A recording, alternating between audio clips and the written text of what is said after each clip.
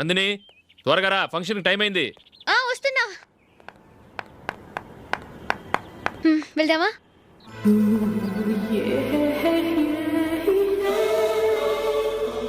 ఏంటి నందిని, కొత్త పెళ్లి కూతురివి లక్షణంగా పట్టు చీర కట్టుకోకుండా ఈ డ్రెస్ ఏంటి?